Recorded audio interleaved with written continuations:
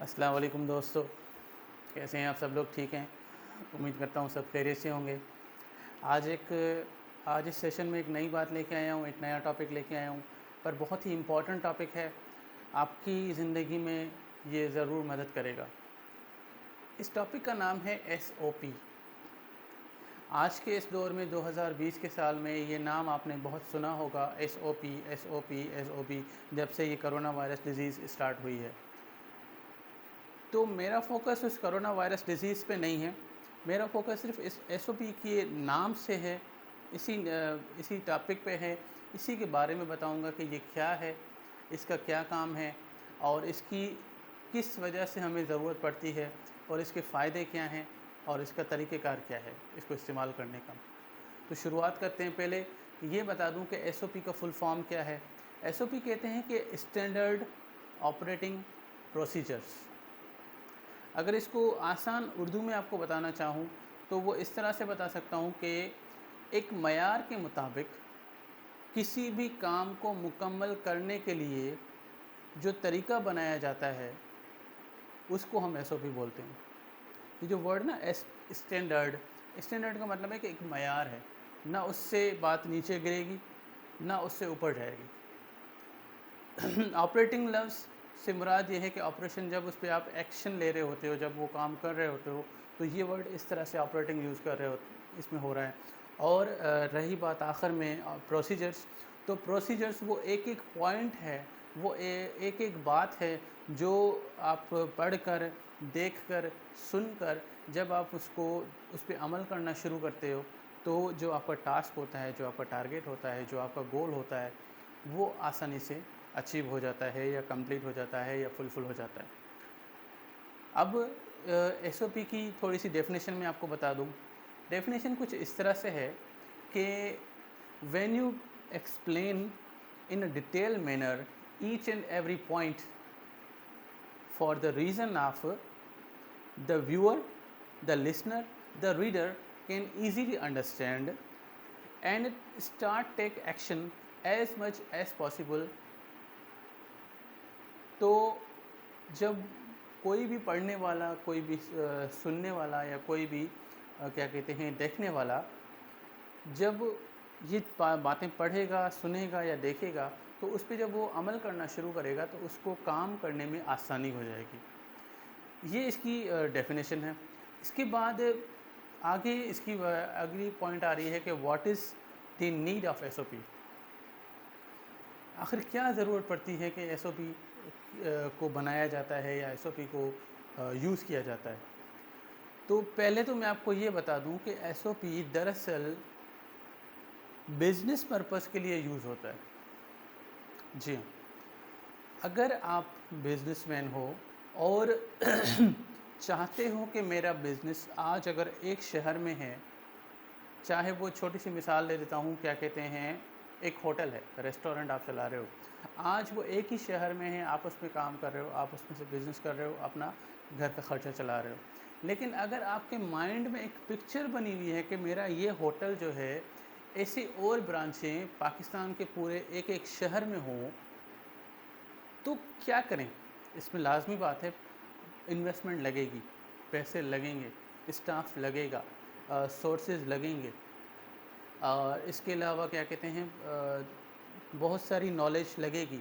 लेकिन उस होटल को वैसा का वैसा, जैसे कंप्यूटर में एक वर्ड होता है ना, कॉपी और पेस्ट, अगर वो एक होटल, जो पहला होटल है, उसको कॉपी करें और जाके दूसरे शहर में उसको पेस्ट करना हो, यानी कि वैसा का वैसा वहाँ पे तैयार करना हो, तो करें क्या, कैसे करें? सिर्फ तस्वीर तो नहीं खींचनी।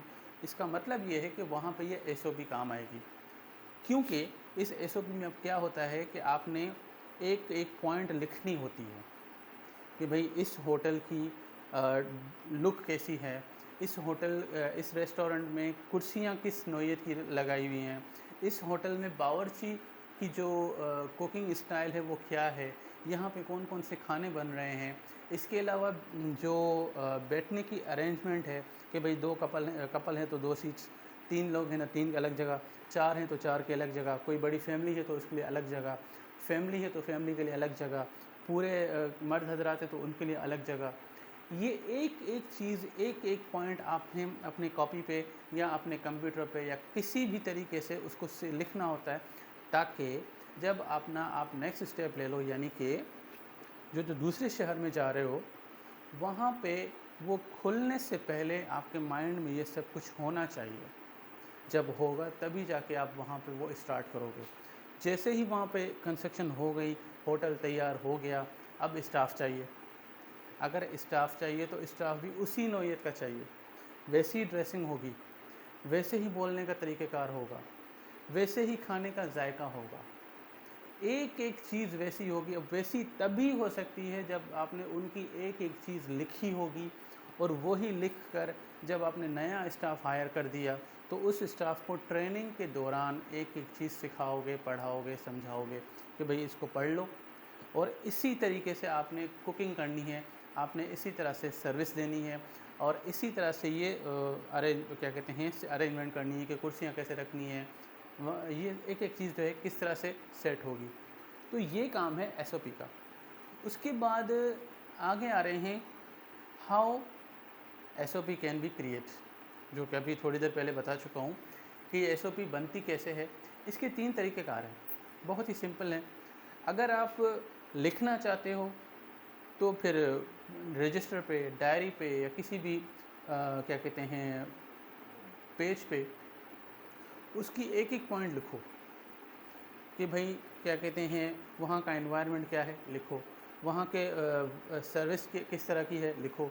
वहाँ के खाने किस इंग्रेडिएंट से बनते हैं, लिखो। वहाँ के खाने कितनी गरमाइश पे बनते हैं, लिखो। वहाँ के क्या कहते हैं जो वेटर हैं उनके बात करने का तरीका क्या है, लिखो। कितने पढ़े लिखे हैं, लिखो।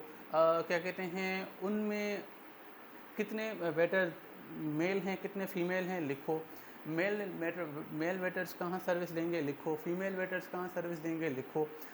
एक एक चीज़ में आप मेरी आप बात को आप समझ गए होंगे कि एक एक चीज़ लिखनी होती है कि भाई यही चीज़ इसी तरह से वहाँ चाहिए, वहाँ खुल गया, फिर और जगह चाहिए, फिर वहाँ भी वही कॉपी पेस्ट होगा। तो ये एक एक चीज़ जब लिखी जाती है तो उस लिखने को ये एसओपी का तरीका होता है। अगर आप नहीं लिखना चाहते हो कोई मसला नहीं। अब इसका दूसरा फॉर्म वो है इमेजेस की तरीके से। ये इमेजेस की तरीके से यूँ है कि आपने या तो तस्वीरें बना लो, उन तस्वीरों का एक रिकॉर्ड अपने पास रख लो कि भाई ये कुर्सियाँ हैं, इसकी तस्वीर खींच ली, टेबल है, तस्वीर खींच ली, जो इंटीरियर डिज़ाइनिंग है, तस्वीर खींच ली, जो बावर्ची जब अपना खाना पका रहा है किस तरीके से बना रहा है, कितने चम्मच डाला है, वगैरह वगैरह, जो कुछ भी एक एक चीज़ की तस्वीर खींचते जाओ, कितनी देर तक पक रहा है, ये आपको उस तस्वीर के नीचे लिखना पड़ेगा। तो ये हो गया इमेजेस वाला तरीका। अब आ रहे हैं तीसरा तरीका क्या है। तीसरा तरीका ये है कि या तो आप सिंपल वीडियो रिकॉर्डिंग कर लो, एक एक पॉइंट को, एक एक चीज़ को, एक एक जगह को रिकॉर्ड कर लो, और उसके बाद जब रिकॉर्डिंग हो जाए तो वो अपने पास रिकॉर्ड के तौर पे महफूज कर लो। क्योंकि होता क्या है कि हम इंसान हैं, किसी भी तरीके से, किसी भी बहाने से हमारे जहन से कोई बात निकल जाएगी, हम भूल जाएंगे। मगर ये जो रिकॉर्ड है ना, ये जो डेटाबेस होता है, ये बड़ी ही बेहतरीन चीज़ है। ये हमेशा आपके पास सामने महफूज पड़ा रहेगा कि भाई फ़लाँ तारीख़ का रिकॉर्ड निकालो, सामने आ जाएगा, वहाँ उसमें क्या क्या हुआ सामने आ जाएगा। लेकिन अगर आप एक एक चीज़ अपने माइंड में रखोगे तो पॉसिबल है कुछ भूल भी जाओ, पॉसिबल है। तो ये है कि एसओपी बनाने के 3 तरीके, या तो लिखो, या ऑडियो फॉर्म में या तो इमेजेस में बनाओ, या फिर वीडियो फॉर्म में, जैसे मैं आपके साथ बात कर रहा हूँ ऐसे वीडियोस में आप उसको रिकॉर्ड कर सकते हो। अब आते हैं कि एसओपीज़ की किस्में क्या हैं, इसकी टाइप्स कैसे कौन कौन सी होती हैं। पहली है फंडामेंटल एसओपीज़। फंडामेंटल एसओपीज़ में क्या है, these give instructions how to make SOPs of the other categories. इसका मतलब ये है कि फ़ंडामेंटल एसओपीज़ में सिर्फ़ और सिर्फ वो बुनियादी चीज़ें लिखनी होती हैं, बताई जाती हैं कि आपने यहाँ वही उसी रेस्टोरेंट का बता देता हूँ, एग्जांपल दे देता हूँ कि वहाँ का एनवायरनमेंट कैसा है, वहाँ का इंटीरियर कैसा है, और इसके अलावा क्या कहते हैं लाइटिंग कैसी है। एक एक चीज़ वहाँ उसमें आपने लिखना होता है। अपने फंडामेंटल एसओपीज़ में आपको ये सब कुछ बताना होगा। ये सब कुछ लिखना होगा ताकि आप जब नया स्टाफ हायर करोगे तो उसके लिए काम करने में आसानी होगी और आपको एज इट इज़ वैसा का वैसा रिज़ल्ट मिलेगा जैसा कि आप यहाँ हासिल कर रहे हो। उसके बाद दूसरी जो इसकी काइंड है वो है मैथडोनिक SOP। These describe a complete testing system और मेथड ऑफ इन्वेस्टिगेशन। मैथडोनिक ये लफ्ज़ अपने आप में ही डिफ़ाइन कर रहा है कि जब कोई काम जो टेक्निकल हो और उसको क्या कहते हैं कंप्लीट किया जाए तो उसका जो तरीक़ेकार होता है वो भी क्या कहते हैं लिखना होता है। जैसे अगर आपको मैं क्या कहते हैं इस लाइटिंग के हिसाब से एक एग्जांपल दे दूं, अगर कोई इलेक्ट्रिशियन है तो उसके लिए ये एक एक चीज़ें नोट करनी होगी कि भाई करंट का मतलब पॉजिटिव लाइन कौन सी है, नेगेटिव लाइन कौन सी है, अगर फॉल्ट आ जाए तो उस फॉल्ट को ढूंढें कैसे, उसके तरीक़ेकार क्या है, फिर उसको हल कैसे करें। ये जो सारी चीज़ें आती हैं ये आएंगी मैथडोनिक SOPs के काइंड में। उसके बाद आ रहा है SOPs for safety precautions. Precautions को आप बिल्कुल आसान उर्दू में बोल सकते हो कि एहतियात। जैसे आज इसमें कोरोना वायरस डिज़ीज़ में या इस बीमारी में जो तकरीबन हर टीवी चैनल पे एक एडवर्टाइजमेंट आ रही है कि भाई एहतियात करो, जैसे कि सब हाथ वगैरह वॉश करते रहो, डिस्टेंस रखो, इसके अलावा क्या कहते हैं मास्क पहनो, घर से बाहर मत जाओ। तो ये तो हो गया कोरोना की बात। लेकिन इससे हट के अब एक और बात बताने वाला हूँ। प्रिकॉशन से मतलब ये है कि अगर आप क्या कहते हैं एक इसमें फायर ब्रिगेड की आपने गाड़ी देखी होगी जो आग बुझाती है, उसके लिए भी प्रिकॉशंस हैं उन स्टाफ के लिए कि कैसी ड्रेसिंग आपने पहनी है, क्या क्या जब आप किसी जगह पे जा रहे हो जहाँ पे आग लगी हुई है तो वहाँ अपना काम शुरू करने से पहले आपको अपने कौन कौन से टूल्स आपके साथ होने चाहिए अपने लिए पहले एहतियात कर लो ताकि उनको भी बचा सको और ख़ुद को भी बचाए रखो। तो वो ड्रेसिंग पहननी होती है। ये सारी चीज़ें आती हैं क्या कहते हैं सेफ्टी प्रिकॉशंस के SOP में। उसके बाद अगला आ रहा है standard procedures for operating instruments apparatus and other equipments.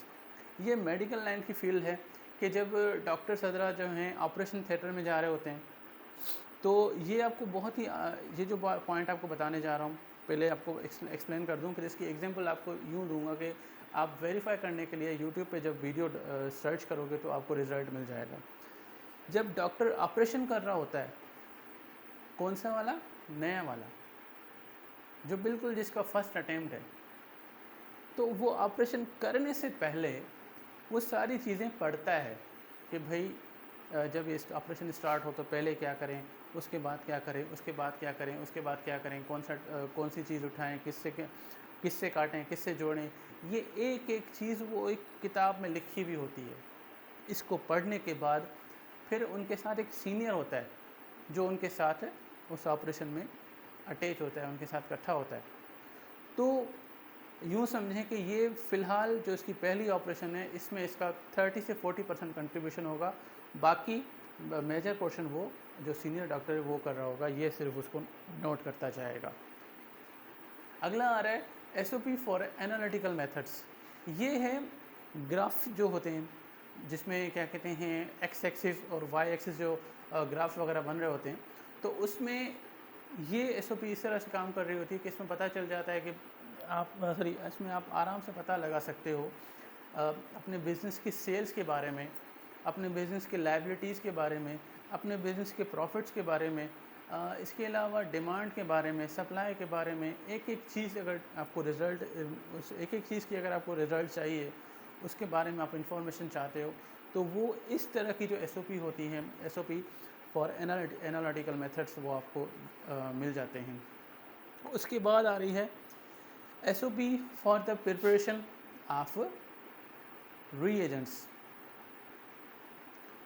इससे मुराद ये है जो आपको मैंने पहली एग्जांपल दी थी रेस्टोरेंट वाली, कि आप अगर दोबारा से वैसा ही रेस्टोरेंट और उसी रेस्टोरेंट में उसी नेचर के या उसी तरीक़ेकार के स्टाफ चाहते हो तो उसको ट्रेनिंग किस तरह से दी जाए, उस ट्रेनिंग में क्या क्या बातें बताई जाएं, क्या क्या चीज़ें सिखाई जाएं, ताकि कुछ भी फ़र्क न बचे।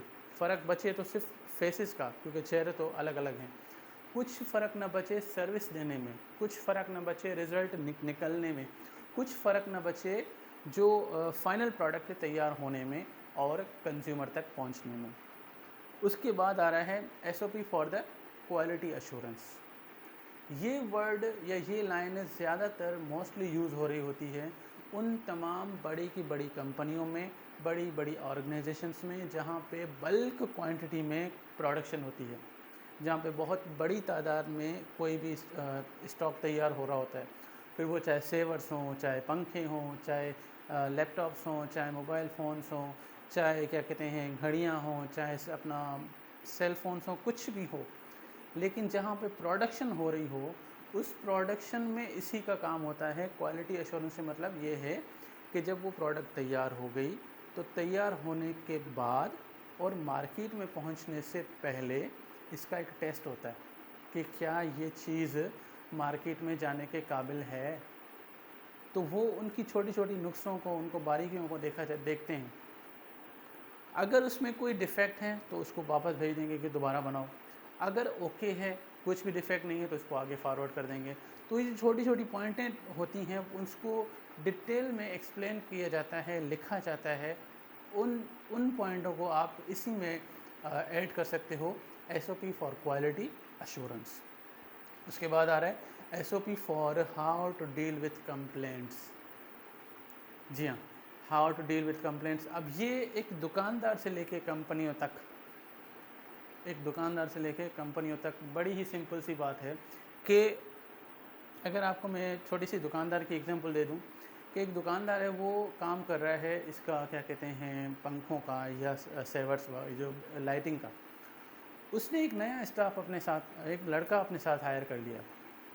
वो इस कंडीशन में हायर किया कि अगर मैं कहीं उठ के चला जाऊं तो पीछे अगर कोई कस्टमर आ जाए तो उसके साथ ये डील करता रहे, बाइंग एंड सेलिंग वाला। लेकिन कुछ ऐसे भी हैं कि भाई क्या कहते हैं कंप्लेंट लेके आ जाते हैं, भाई ये सेवर जल गया, ये राड ख़राब हो गई, ये पंखा जल गया, क्योंकि आपने तो वारंटी दी हुई थी, ऐसा कैसे हो गया, अभी हमें सही करवा के दो या पैसे वापस दो। तो इस तरह के जो क्वेश्चनिंग आंसरिंग हैं, इसको डील करने के लिए कैसे डील किया जाए, तो ये भी फिर पूरी की पूरी SOP तैयार होगी कि भाई अगर ये परेशानी आए तो उसका ये जवाब, अगर ये परेशानी आए तो उसका ये जवाब, अगर ये परेशानी आए तो उसका ये जवाब। और अगर क्या कहते हैं कोई अड़ी पे आ जाए कस्टमर के मुझे पैसे चाहिए तो उसका ये जवाब। तो ये पूरी की पूरी जो है क्वेश्चन आंसरिंग की जो डिटेल है, ये आती है SOP for how to deal with complaints. आज का सेशन बस इतना ही था, SOP के बारे में आपको बताना था। अगर आपको मेरा ये सेशन और मेरा टॉपिक पसंद आया हो तो कमेंट बॉक्स में मुझे ज़रूर बताइएगा। अपना बहुत सारा ख्याल रखिएगा और मुझे दुआओं में याद रखिएगा। अल्लाह हाफिज़।